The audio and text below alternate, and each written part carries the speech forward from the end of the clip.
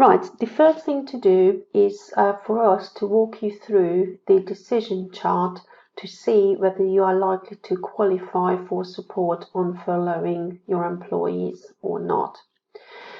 You must work through this chart for every single individual employee separately. You may qualify for some and you may not qualify for other instances. The other thing we need to say is that although we have got a bit more guidance, it is not crystal clear. There are still questions that remain to be answered.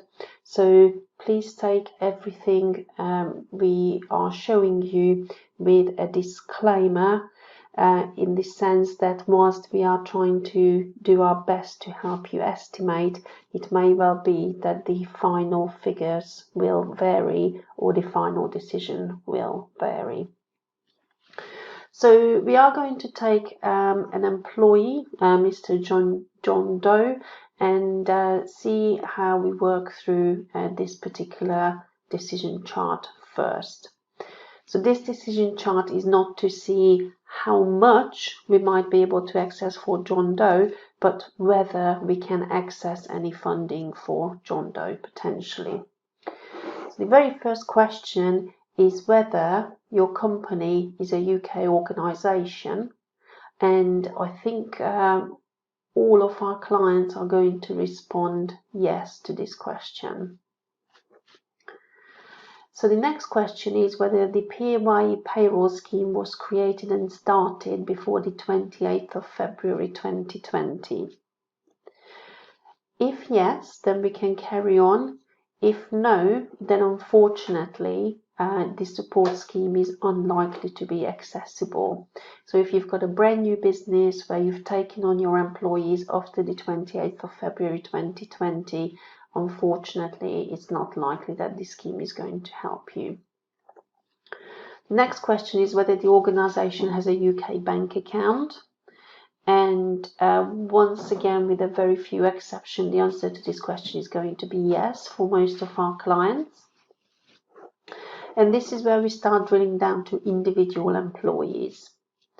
So taking the employee you are looking at, in our case, Mr. John Doe, the question has to be, did he work for you on the 28th of February?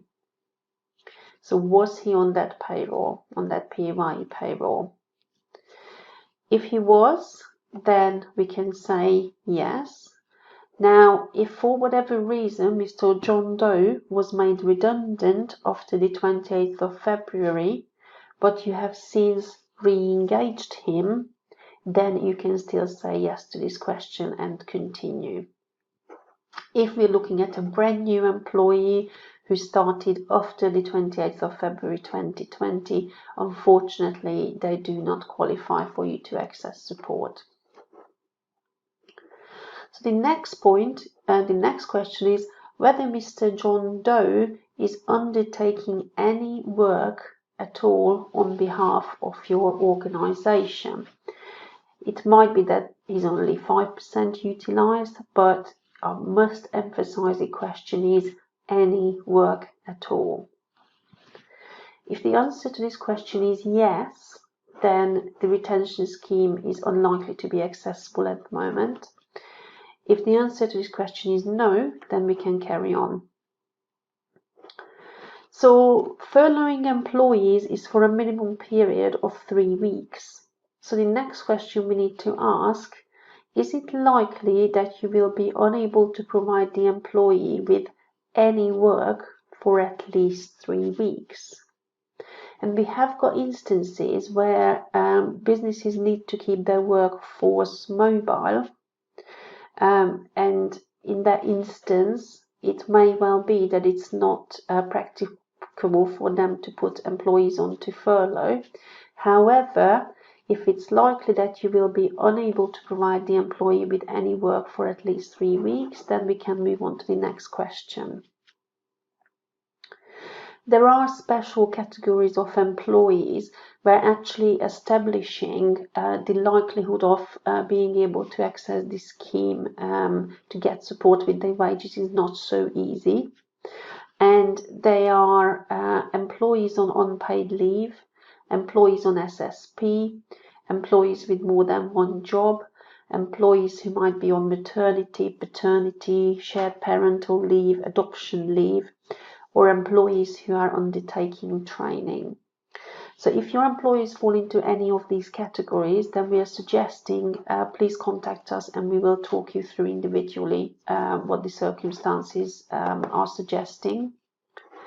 But if the employees don't fall into any of these special categories, then it may well be that your company will be able to access support with their wage costs.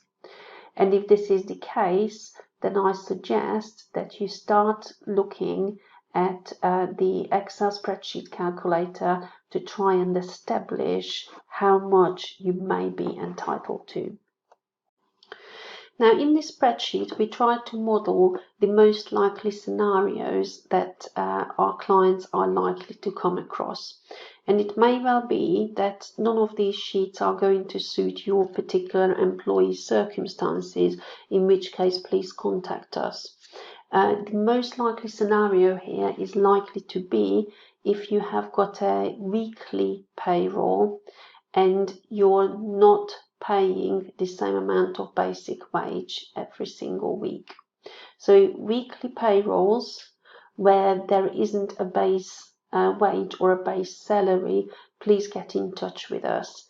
The rest of you, please work through whether this spreadsheet will help you estimate the amount that is likely to be supported. So the first sheet caters for the most common scenario, which is basically an employee who has got a basic salary. So they've got a contract, and in that contract it says what their basic salary is. Now, it might be that you're paying commissions, bonuses, expenses, reimbursements, those sorts of things in addition to the basic salary. But for the purposes of this exercise, I just want you to concentrate on the basic monthly salary, as the rest would be excluded from the scheme.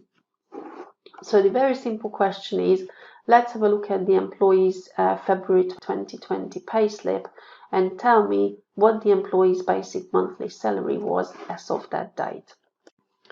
So I just created an example payslip here for Mr. John Doe, and I just want to show you, if we do your payroll, what you're looking for is under payments, what is called basic pay, and the amount that you see next to basic pay. An alternative way is to look at the employee's contract, and for example, if you contracted them at £24,000, then hopefully that basic pay should be £2,000 per month. What you'll need to do then is you'll need to take that figure from the payslip and enter that figure into the spreadsheet under the question, how much is the employee's basic monthly salary as of the 28th of February 2020.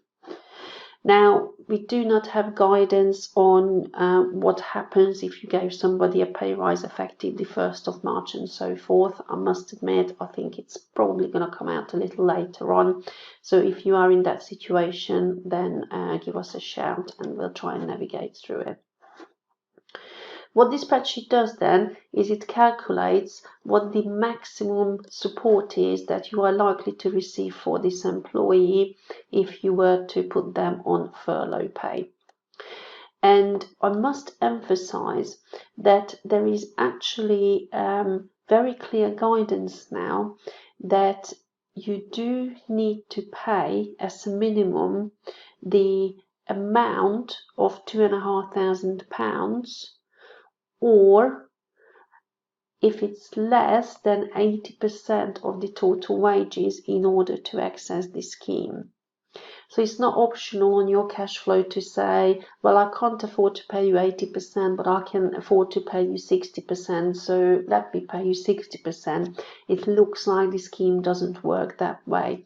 It looks like we need to pay at least 80% or £2,500, whichever is the lower. Now, we also received some further guidance on the national minimum wage legislation and how it interacts with furlough pay. And what the guidance says is that if the employee is not working, which they shouldn't, and the employee isn't undertaking any training for you, then the national minimum wage rules do not apply. However, it transpires that employees, even though they are not allowed to do any work for you or do anything that contributes to fee generation for the company, are actually allowed to undertake training. And if you ask your employees to undertake training while on furlough, then the national minimum wage rules apply. And in that case, you need to make sure that for the hours that they actually do training, you pay them at least the equivalent of the national minimum wage, even if that is higher than 80% of their pay. The next 4 sheets look at different scenarios for those employees who have variable wages during the year, so some sort of hours worked basis during the year. So it's for those who do not have a basic salary agreed in their contract of employment. And the guidance once again is a little bit sketchy, so we used our best guess on roughly how the furlough might be calculated. Some employees might be put on furlough in March, some employees might be put on furlough in April, and the guidance, for example, doesn't make it clear whether we're going to average based on what the March pay would have been and what the April pay would have been. So there are sort of grey areas at this point. We just used our best guess on coming up with something that might fairly closely estimate the final outcome. Now, for people with variable pay, HMRC have actually provided a couple of alternative ways of calculating the amount that they might be basing the furlough pay on. And what would happen is we would be looking to use the calculation that is more advantageous for the employee. So HMRC's guidance says higher of A or B. In this example that we are looking at, this is somebody who has been with us for over 12 months, and we're looking to furlough them in March. So we have to compare 2 figures, first of all. The first one is the wage that they received exactly a year before you are looking to furlough them. So if you're looking to furlough them in March, the question is, what are the employees' earnings in the month of March 2019? And that pay slip for an employee who has variable pay might look something like this. You might have normal time, you might have overtime, you might have holiday pay, and so forth. So for this particular employee, what we are looking for is the section that shows gross for tax for the month and earnings for NI. Now, once again, the legislation doesn't actually make it clear at the moment, or the guidance, shall I say, doesn't make it clear at the moment whether you are looking at the taxable pay or the nickable pay. These 2 figures might be the same, but depending on the type of pension scheme that the employer operates, these 2 figures might actually be different. So our suggestion at the moment is so that you don't fall foul of the minimum 80% payable legislation is that you actually take the higher of these two figures if you have to furlough somebody in March and we need to make an instant decision. You might be a tiny little bit out of pocket, but if we need to make that decision, then our suggestion is go for the higher figure. Hopefully by the end of April payrolls, it's going to be clearer. So looking at the March 19 payslip, for this particular employee, the payslip showed £2,260 earnings for the month. Now for the alternative way of calculation, what we need to do now is we need to look at the employee's payslip for the 28th of February 2020. And what we need to do here is we need to look at the year-to-date figures. So let's assume that this payslip we are looking at is actually now the year-to-date payslip for February 2020. And what we can see here once again is gross pay to date and earnings to date. One for tax purposes, one for national insurance purposes. And it's pretty clear once again that the figures are not actually the same. So do we take the gross pay to date, the gross for tax to date, or the earnings for NI to date?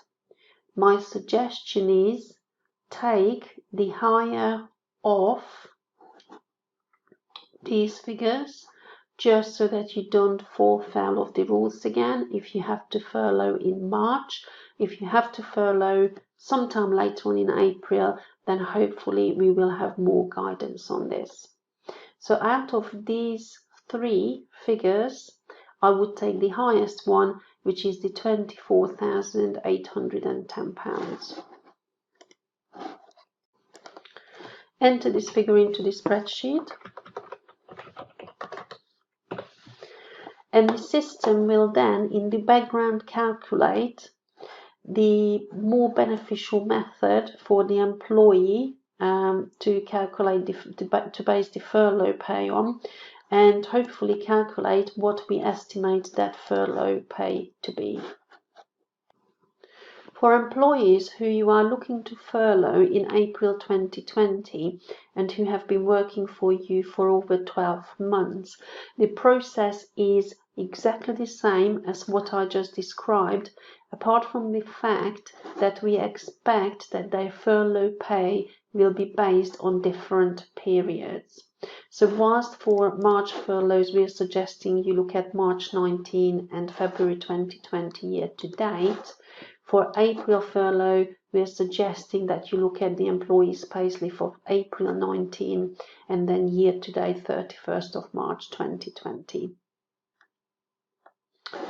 Now, for those people who haven't been working for you for 12 months, the process appears to be a little bit different. So once again, this is only those who are on variable pay. And what we need to do, we think what we need to do then is to have a look at each month and calculate the average based on the number of months that is at our disposal.